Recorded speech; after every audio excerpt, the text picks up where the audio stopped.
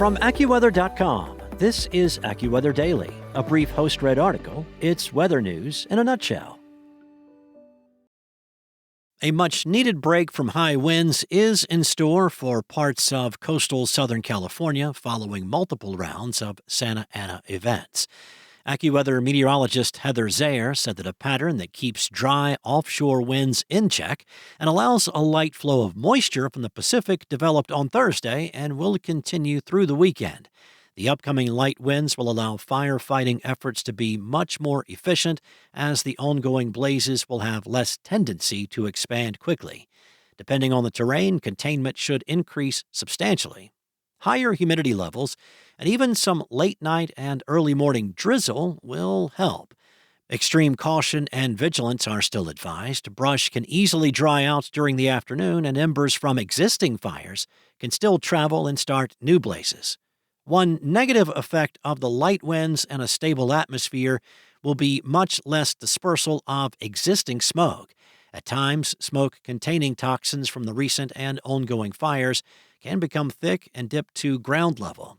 For this reason, people with respiratory problems should remain indoors in an air-filtered environment if possible.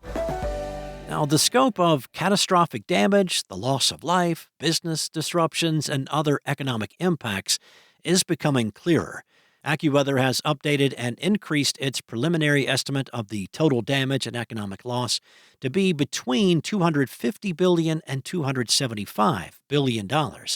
AccuWeather chief meteorologist Jonathan Porter said that fast-moving, wind-driven infernos created one of the costliest wildfire disasters in modern U.S. history.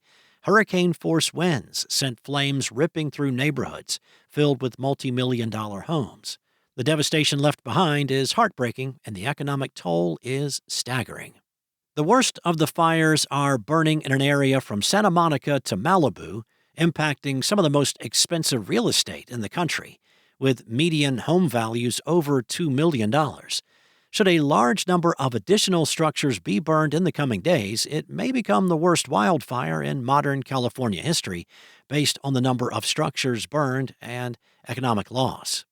To put the magnitude of loss into context, this latest damage and economic estimate for the fires burning in Southern California surpasses the damage and economic loss numbers for the entire 2020 wildfire season, which was a very active U.S. wildfire season.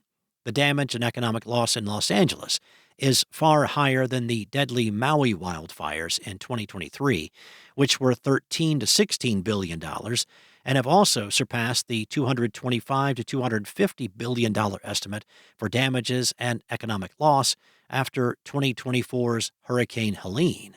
This update accounts for new and additional information, including the damage and destruction of thousands of homes and businesses, damage to utilities and infrastructure, the financial impact of evacuation orders, the long-term cost of rebuilding or relocation for people in densely populated areas whose homes were destroyed, anticipated cleanup and recovery costs, emergency shelter expenses, as well as immediate and long-term health care costs for people who were injured or exposed to unhealthy air quality from wildfire smoke.